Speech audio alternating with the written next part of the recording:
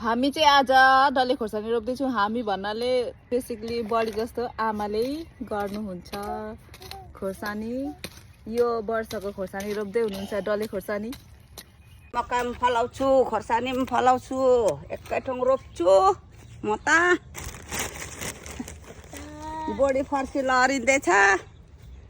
हाम्रो आमाको सानो गार्डन यही हो।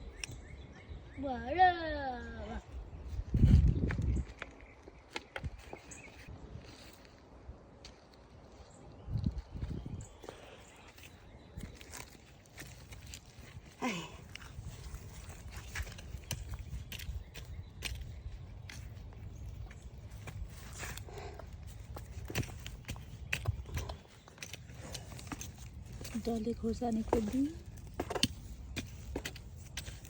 सबै डल्ले खोर्सानी।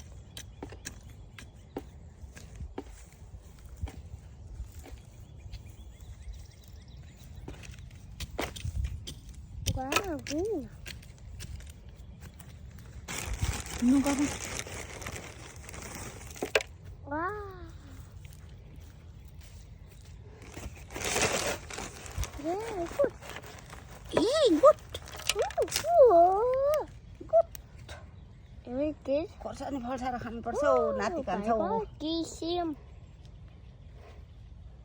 होइन। खोर्सानी फलेर खानुपर्छ नि होइन। खान्छौ नि खोर्सानी।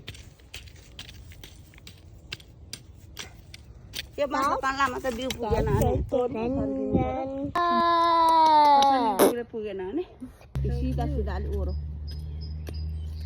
लिनु त अर्को ल्याउँ। उता तिनवटा त रहेछ। के गर्नु होला र खोर्सानीको बिरुवा त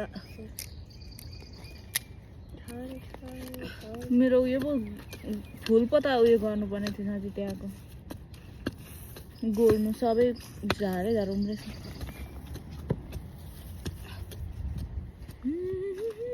बासना सुन मेरो निर्माया।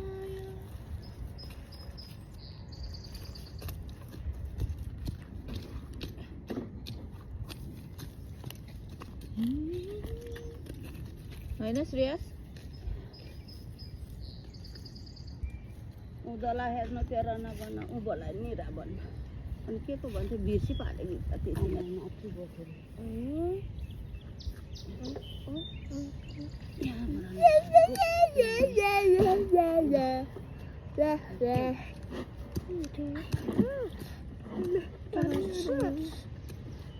बाकुलो चाहिँ बाकुलो भन्नु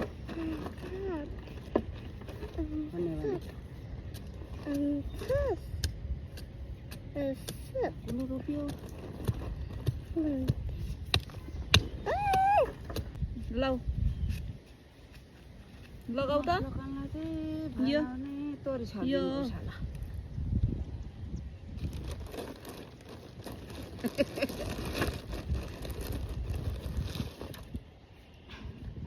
कृषिमा सिकाउनु। यो टिप यस्तो टिप मैला टिप न न न यस्तो टिप।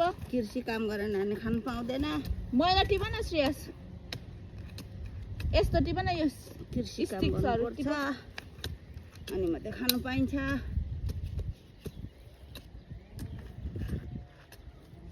यहाँ खाल्टा बनायो सिधा नि अलिकति मल थुपारेर राम्रो भयो। मलाई मल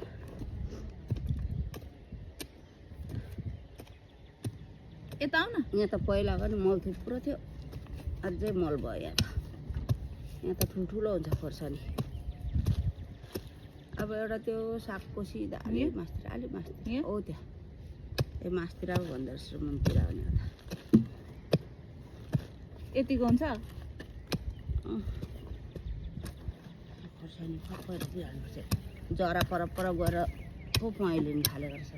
नगर न श्रेयस। ए सक्यो पो बिउ त। अब बाई बाई।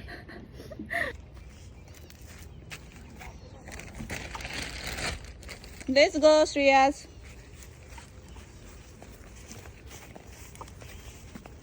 बाई बाई गर। Bye bye. टाटा गर। Tata. Bye see you next video. Tata.